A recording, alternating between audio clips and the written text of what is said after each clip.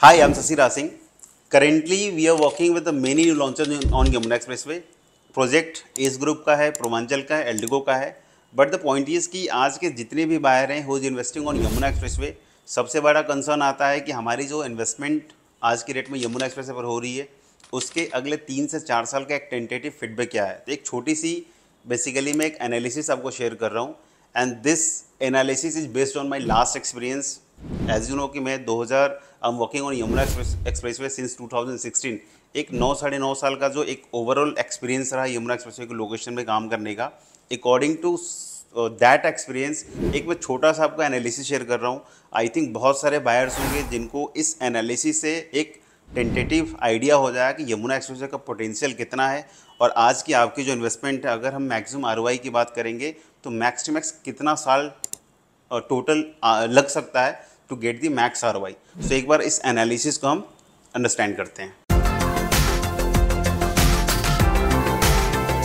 Currently Yamuna expressway is the hot location for the investment. पूरा अगर मैं एनसीआर की बात करूँ तो यमुना एक्सप्रेसवे की हॉट लोकेशन में कन्वर्ट होने के पीछे रीजंस है क्योंकि यमुना एक्सप्रेसवे मुझे लगता है कि आने वाले 2030 से लेकर 2040 के बीच में एक प्लान्ड बेसिकली लोकेशन में कन्वर्ट होगा. पॉसिबिलिटी ये भी है कि साथ नोएडा से बेहतर लोकेशन आपको यमुना एक्सप्रेसवे दिखाई दे in terms of infra development. So आज के जितने भी बायर्स हैं जो यमुना एक्सप्रेसवे पे बेसिकली इन्वेस्टमेंट करने की प्लानिंग कर रहे हैं they are on the right track. But उसके पीछे कहीं ना कहीं प्रोज एंड कॉन्स दोनों ही हो सकते हैं क्योंकि मैक्सिमम आज के जो भी बायर हैं अभी भी बहुत सारे ऐसे बायर्स को लगता है कि यमुना एक्सप्रेसवे काफ़ी डिस्टेंस की लोकेशन है, हम नोएडा को छोड़कर बहुत आगे जा रहे हैं. बट एक चीज़ बहुत ही क्लियर है कि यमुना एक्सप्रेसवे का जो भी मेजर इंफ्रास्ट्रक्चर की जो डेवलपमेंट होनी है 0 से लेकर 40 किलोमीटर के बीच में उसका एक अपना ही अलग इकोसिस्टम होगा. उसकी जॉब्स अपॉर्चुनिटीज़ बिल्कुल ही टोटली डिफरेंट होगी.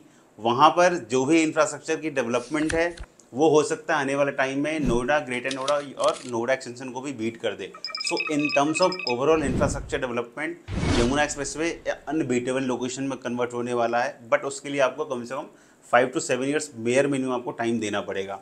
सो आज की जितनी भी इन्वेस्टमेंट्स हैं चाहे हम एस में कर लें, पूर्वांचल में कर लें, एल्डिको में कर लें, वो कोई भी इन्वेस्टमेंट आपकी आज की डेट में शॉर्ट टर्म की लोकेशन नहीं है. यमुना एक्सप्रेसवे का पोटेंशियल बाय डिफॉल्ट है अगले 5 साल 7 साल के अंदर बहुत अच्छे एरिया में कन्वर्ट होने वाला है. बट शॉर्ट टर्म के लिए यमुना एक्सप्रेसवे की इन्वेस्टमेंट बिल्कुल सही नहीं है. सो ओवरऑल जो भी बायर्स आज की डेट में देख रहे हैं यमुना एक्सप्रेसवे के इन्वेस्टमेंट के लिए उनको कम से कम 3 से 4 साल की बेयर मिनिमम लॉक इन के साथ इन्वेस्टमेंट करना होगा. और कोई भी अगर बायर जिनका 5 to 7 ईयर्स की होल्डिंग कैपेसिटी है वो आराम से प्लॉट की तरफ जा सकते हैं, अपार्टमेंट की तरफ जा सकते हैं. बट एटलीस्ट होल्डिंग कैपेसिटी उनके पास होना चाहिए. एक बहुत ही क्लियर फीडबैक है कि वैसे लोग जो यमुना एक्सप्रेसवे के पोटेंशियल को नहीं समझ पा रहे हैं उनके मन में आज भी यही डाउट होता है क्लियर वो यही बोलते हैं कि यमुना एक्सप्रेस अभी बहुत खाली है, बहुत ही जंगल है.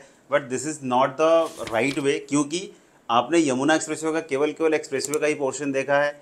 एटलीस्ट आपको 2041 का एक मास्टर प्लान अंडरस्टैंड करना होगा फॉर द इन्वेस्टमेंट क्योंकि यमुना एक्सप्रेसवे पर लेने वाले जो बायर्स हैं आपको 60 to 70% बायर्स वैसे मिलेंगे जिनको पता है कि यमुना एक्सप्रेसवे का पोटेंशियल कितना है क्योंकि उन्होंने अपने लास्ट 15-20-30 सालों में ऐसे ऐसे एरियाज़ को डेवलप होते देखा है. सो उनको ये पता है कि जिस तरीके की जिस इंफ्रास्ट्रक्चर की हम बात कर रहे हैं या जिस इंडस्ट्रियल डेवलपमेंट्स की हम बात कर रहे हैं या जो अथॉरिटी के जो अलग अलग उन्होंने सेक्टर्स और जोन को जो डिवाइड किया है अगर वो ग्राउंड पे 50-60% भी आता है तो शायद ये मल्टीपल एरियाज़ को इन टर्म्स ऑफ डेवलपमेंट पीछे छोड़ दे. So it is very clear अगर आपकी होल्डिंग कैपेसिटी है तो यमुना एक्सप्रेसवे एक बहुत ही बेस्ट आरओआई की लोकेशन में कह सकता हूँ. अगर आप आज की इन्वेस्टमेंट है आप प्लॉट ले सकते हैं, आप अपार्टमेंट ले सकते हैं, आप रिटेल स्पेस ले सकते हैं. सबसे इम्पॉर्टेंट है इन तीनों चारों के बीच में एक सिलेक्शन करना कि मुझे अपने बजट के हिसाब से लेना क्या चाहिए. सो ये सबसे बड़ा इंपॉर्टेंट है. इसके लिए आप हमें कनेक्ट कर सकते हैं. वी विल सजेस्ट यू कि आपकी जो भी बजट आप लेकर चल रहे हो उसमें जिस बजट सेगमेंट की आपकी प्लानिंग है. मेरे पास 60-70 लाख का बजट है, 1 CR का बजट है, 2 CR का बजट है, इन हैंड अमाउंट इतना है, लोन पे इतना जाना है. सो मल्टीपल जो पैरामीटर्स हैं according to that parameters we can suggest you कि कौन से ऑप्शंस बेसिकली आपको सूट करते हैं अगले 4 से 5 साल की लॉक इन के हिसाब से. One thing I would like to add कि जिन लोगों ने 2013-14 में इन्वेस्टमेंट करी है यमुना एक्सप्रेसवे पर उनको 2013 to 2020-21 के बीच में कोई रिटर्न नहीं मिला था या वो रिटर्न इतना था जो बहुत ही नॉर्मल था. रीज़न उसके पीछे कि जो भी हम डेवलपमेंट था, जो भी मैं इंफ्रा की बात कर रहा हूँ, ये जितनी भी चीज़ें हैं वो सारे केवल पेपर पर थी.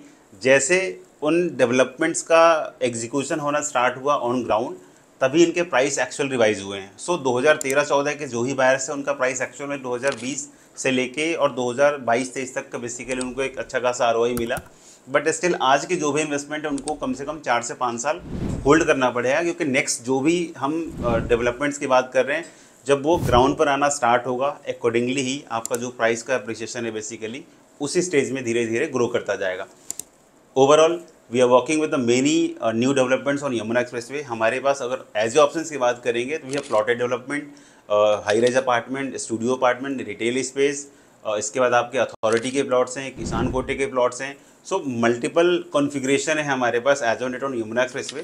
सो according to your budget, according to your requirements, we can suggest you in सारे ऑप्शंस में से अगले 4 साल, 5 साल या 7 साल की लॉक इन के हिसाब से बेस्ट इन्वेस्टमेंट कौन होगी। इसमें ये भी इंपॉर्टेंट होगा आपको लोन कितना लेना है, लोन आपको मैक्सिमम लेना है, लोन आपको मिनिमम लेना है, इन हैंड अमाउंट कितना है, मैक्सिमम किस ब्रैकेट में बेसिकली इन्वेस्टमेंट करनी है, टेन्योर आप क्या मान के चल रहे हो। सो मल्टीपल पैरामीटर्स होते हैं बेसिकली जो कहीं ना कहीं आपको आरओआई को जस्टिफाई करते हैं कि अगले 4 साल 5 साल के हिसाब से आपको मैक्स कितनी आरओआई आ जाएगी। सो ओवरऑल यमुना एक्सप्रेसवे के किसी भी तरीके के इन्वेस्टमेंट्स का आप कनेक्ट कर सकते हैं। 2041 का प्लान एटलीस्ट आपको समझना चाहिए to invest on Yamuna expressway, क्योंकि 2041 की जो मास्टर प्लान है वही यमुना एक्सप्रेसवे की ग्रोथ को कहीं ना कहीं ड्राइव करेगी आने वाले टाइम में।